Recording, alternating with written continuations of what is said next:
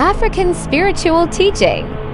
When Many you are of you, chosen, you'll notice that the second you get in some type of relationship, something will happen to spoil that particular relationship.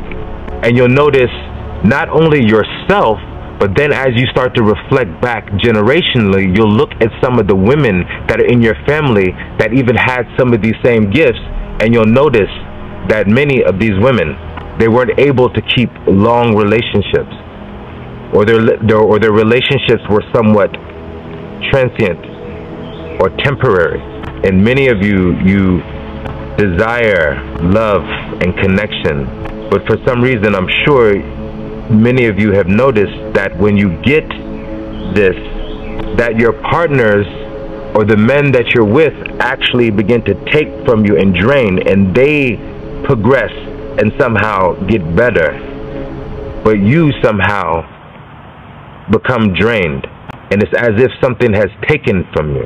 Many of these things, by many I've heard, they consider this a curse, and it may seem as if it is, because you exhibit monumentous spiritual abilities and gifts.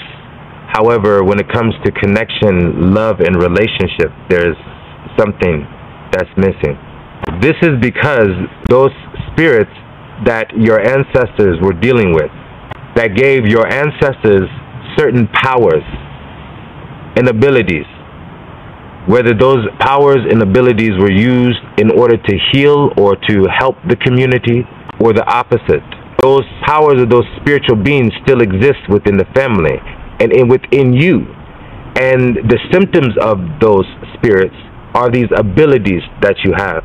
The way that we remedy these issues is that you have to reconnect to the Wu Nonam, or the gods of your ancestors that exist in nature, because it's the reflection of those minds and mentalities that exist in nature, those mental beings, these spiritual beings, our ancestors, the gods of our ancestors that exist in nature.